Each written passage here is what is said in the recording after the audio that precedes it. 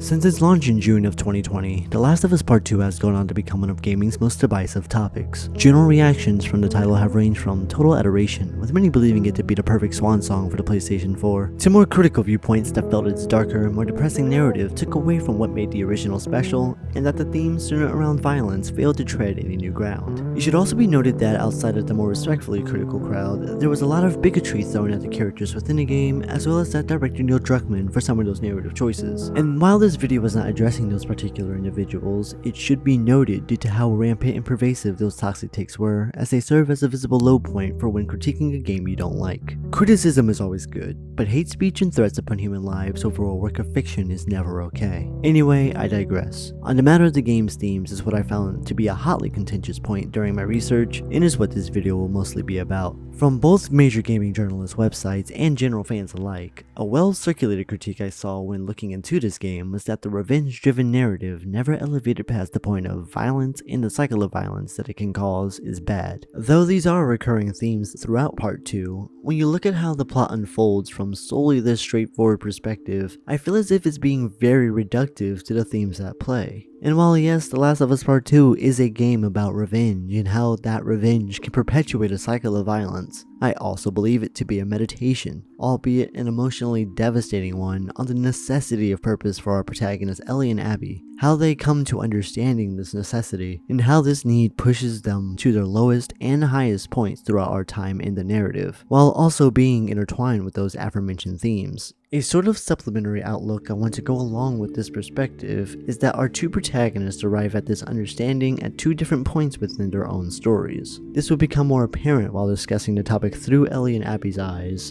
but with that in mind, let's dive into the narrative for The Last of Us Part 2.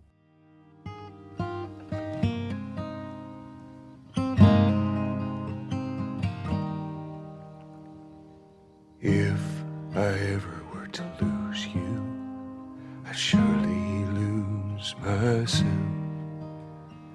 Everything I have found here, I'm not found by myself. Try and sometimes you'll succeed to make this man of me. All my stolen missing parts, I've no need for any more. 'Cause I believe, and I believe 'cause I can see our future days, days of you and me.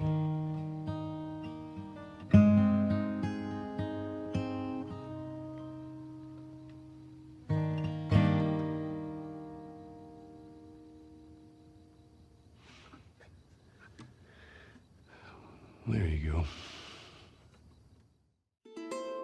Being known as possibly the only person immune to the cordyceps virus that collapsed civilization more than 20 years prior instilled a sense of hope in Ellie. It's a blessing that could have meant saving others from suffering the same fate of those she knew and loved at the hands of the infected. She is so adamant about being the one to help end the cordyceps that when Joel, her protector turned parental guardian, gave the option for the two to return to a safe haven ran by his brother and sister-in-law, rather than to the hospital where they would study how to create the necessary vaccine, she insists on finishing their journey, stating, "After all we've been through, everything that I've done, it can't be for nothing." But when the time comes and Ellie is prepped for the procedure, Joel learns that in order to create the cure, they must kill the host so that they can extract the non-advancing fungal growth. This isn't something that he could just let happen, as he had already lost his own daughter 20 years ago when the virus first began. He did his best then, but in the end lost her, and wasn't about to let that happen again. And so he doesn't. What ensues is a rampage through the hospital that leaves both the surgeon and Marlene, the leader of the savioristic rebels known as the Fireflies, dead, and takes an unconscious Ellie back to the settlement in Jackson, Wyoming. When she asks what happened, he lies to her, stating that the Fireflies had found other immune, but had came to no avail with creating a vaccine. Doubtful of Joel's story, she asks him again if what he said is true, only for him to reassure her that it was. And thus we conclude The Last of Us with an Ellie, purposeless in a world she very well could have saved. We now travel 4 years into the future. Ellie and her partner Dina have been tasked with finding Joel and his brother Tommy after the pair hadn't come back from patrol. After navigating the infected and taking shelter from a blizzard, she continues on without Dina, tracking the two to a mansion outside of the Jackson settlement. Suspicious of what's happening, she sneaks into the home where she finds Joel brutalized by an unknown group. Before she can intervene, she's knocked and pinned to the ground and forced to watch as this mysterious woman in cohorts kill Joel and knock her unconscious. And thus, Ellie has a new purpose in life: to seek out those responsible for the murder of her surrogate father, or so we're meant to believe. As Ellie and Dina track the group to Washington and the former begins her reign of terror, we start to get flashbacks to the time between both the games. It is in these flashbacks we see the deeper implications that Joel's decision had on her life. We come to understand that even while attempting to live as much of a normal life after the events of the original, she's constantly haunted by what could have been had she been able to sacrifice herself. From the beautifully heartfelt birthday trip to the science museum that runs reminiscent to the two's adventures in the previous century, that ends with her coming across wall writing showing disdain toward the Fireflies as being liars about hope for the future, to their trip to find new guitar strings only to find a note left by two teenagers who fled the Jackson settlement, again to find the Fireflies in an effort to find hope in the dark, while their infected corpses rested nearby. A scene that unsettles Ellie so much that she, after 2 years, gives Joel another chance to come clean about what really happened, only for him to double down on the story he told before, until the fateful flashback 2 years prior, in which Ellie seeks the truth out for herself, learns what actually happened on that day all those years ago, and the bond between the two is destroyed. And as we see her recall those moments, we're also seeing her unravel at the task of avenging Joel. As the days go by, we see her grow more and more obsessive in finding Abby. We see her navigate treacherous terrain, leave an increasingly more morning-sick Dina by herself, and after a particularly nerve-wracking and violent day, see her wounded by a Seraphite arrow, nearly killed in a WLF base, until arriving back at the theater, battered, bruised, and covered in both her own and another's blood, only for her to go back and continue searching for Abby. What The Last of Us Part 2 does in this juxtaposition of these 2 points, showing Ellie trying to live a normal life but being followed by her past, and her now in Seattle waging this war against her surrogate father's killers, is that there has to be some sort of deliverance from the pain caused by both of these experiences. But instead, it leaves her spiraling through this cycle of violence until committing an act so horrible, the killing of Abby's friend Mel, in which she learns only after the fact was pregnant, comes too late to the realization that her purpose in Seattle was incredibly misguided. So then, after coming to an understanding, with some coaxing from the rest of the group, Ellie decides that it may be best for them to all return to Jackson, until Abby finds them. In a fit of rage, Abby shoots and kills Jesse, the biological father of Dina's child, shoots and maims Tommy, and brutalizes Ellie and Dina, even stopping just short of slitting the latter's throat, but hesitates before moving on to a bloodied Ellie and threatening her life if she ever sees her again. I got you. Yeah, it's okay. We're good. The story then shifts many months into the future, where Dina and Ellie live out on a farm together, tending livestock and raising their child. And here, I know that I, along with many other players, found this gorgeous pastoral scene a perfect ending for a character who has finally found peace and purpose.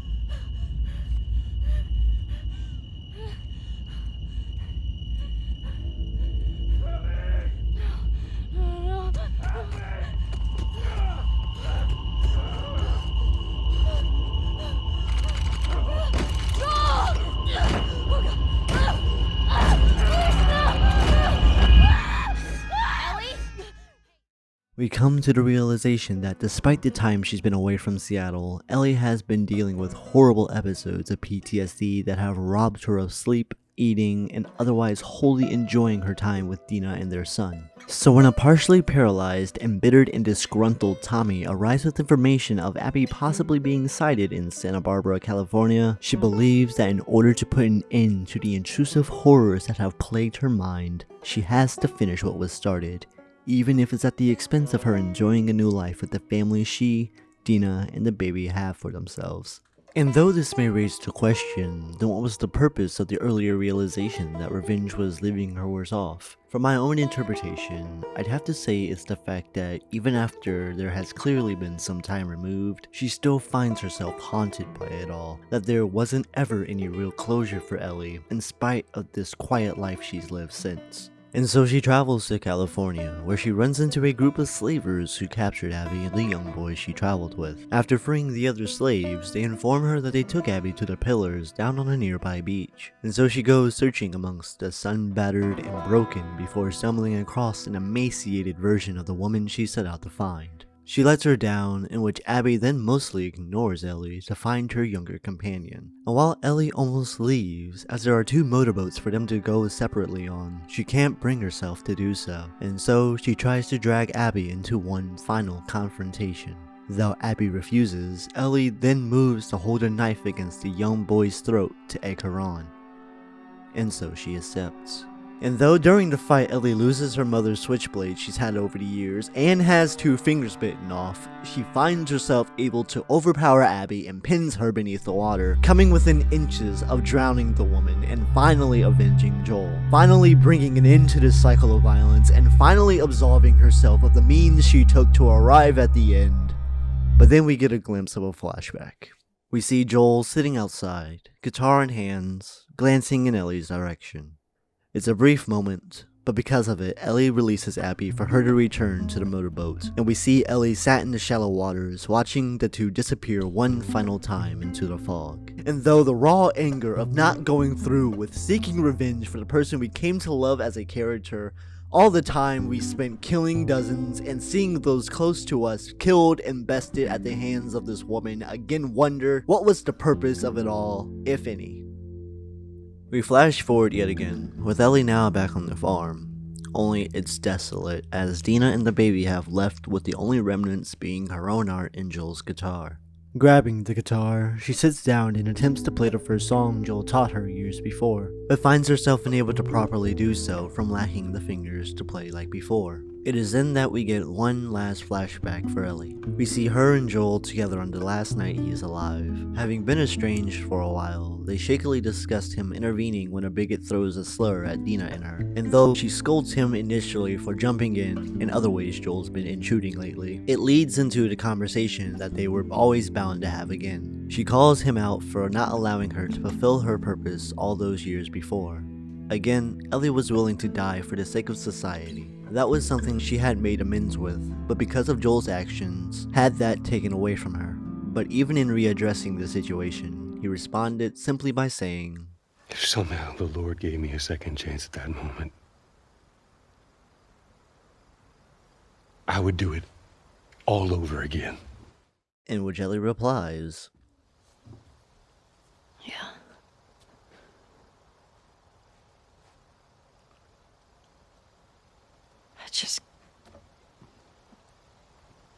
I don't think I can ever forgive you for that.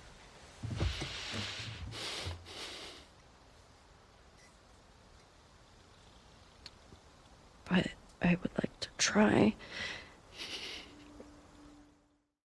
It is here that we finally get the answers for why she let Abby go and why it was important for her to do so.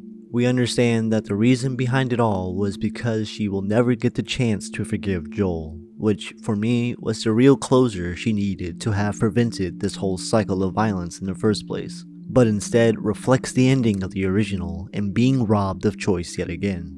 It's not totally gloom, however, as I also believe that she has purpose yet again, to move on and seek life for her own sake, rather than for the sake of the whole world. It's a beautiful contrast for the character from the original, but it's one that unfortunately and ironically for Ellie, arrives too late. Potato, potato, my little baby potato. My potato, my potato. My little buddy potato. What a big boy. Yeah.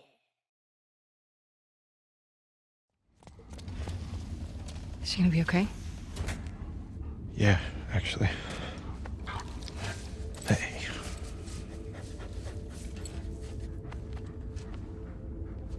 They're just kids. I know. What happened to us?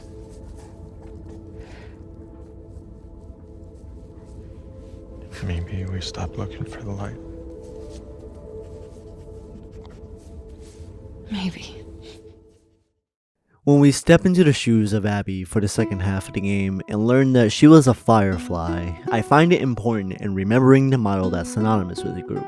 When there's darkness, look for the light. It's a motto we hear at various times throughout the original, as many looked up to the group of revolutionaries that fought against various oppressive militaristic organizations throughout the apocalyptic wasteland. So when we go back in time to when her dad is confronted by Marlene about the means of creating the cure to the cordyceps, is that she, like Ellie, would be willing to sacrifice herself for the greater good of humanity, to be that light in the darkness. But when that chance for Ellie to save the world is snatched, along with her father and the majority of the group in which she found belonging in, Abby finds herself replacing that purpose she had with seeking revenge against the one who took it all from her. So when we come back to just before Joel's execution, we're supposed to get a sense that Abby is moments away from fulfilling her goal and finally achieving what she set out to do after all these years. But when she does deliver the killing blow, there's something off about her body language that speaks to the opposite of that conclusion. For me, at that moment, it looked like she very much wanted to find catharsis in exacting revenge on the one who killed her father and took away both her own and friends' livelihood,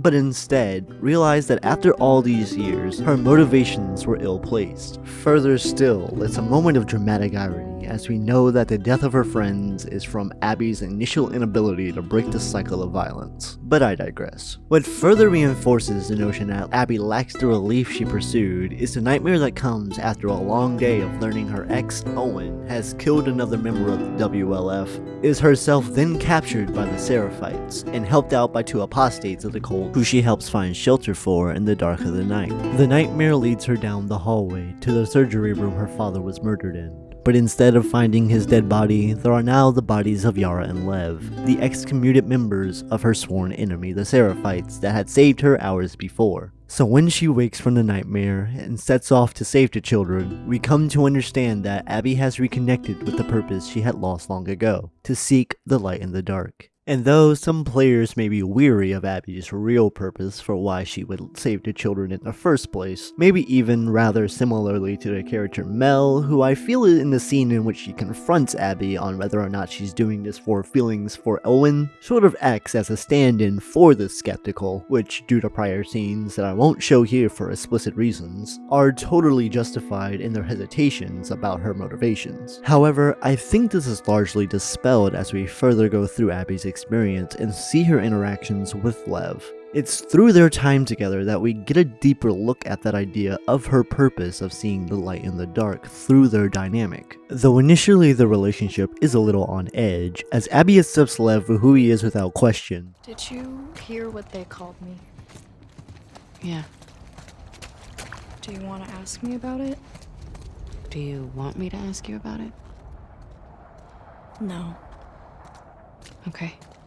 As well as continuing to act as this protective bruiser for him, and Lev helping overcome her fear of heights and using the teachings of the Seraphites' prophet for good intentions and insight that rings so opposite to what both Abby and the player have been exposed to from the cults. We see this deeper connection flourish between two opposing ideologies that eventually solidifies itself as a definite partnership. What I viewed to be the exact moment of assurance is the scene where she outright protects Lev from Isaac, the leader of the WLF, and the two end up escaping the Seraphite Island while the Seraphites and the WLF go to war with one another. It's a harrowing scene that shows that they are officially severed from the worlds that would have seen them as sworn enemies. But then they return to the aquarium and find Owen and Mel dead by the hands of Ellie.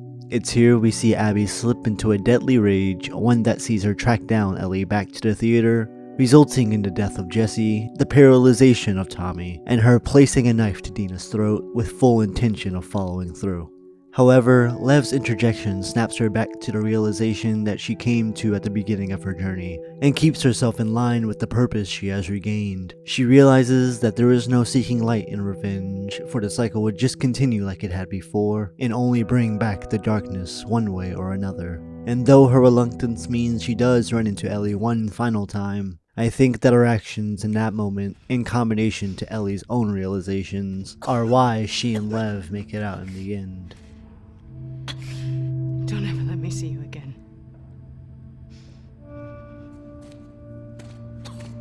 Come on.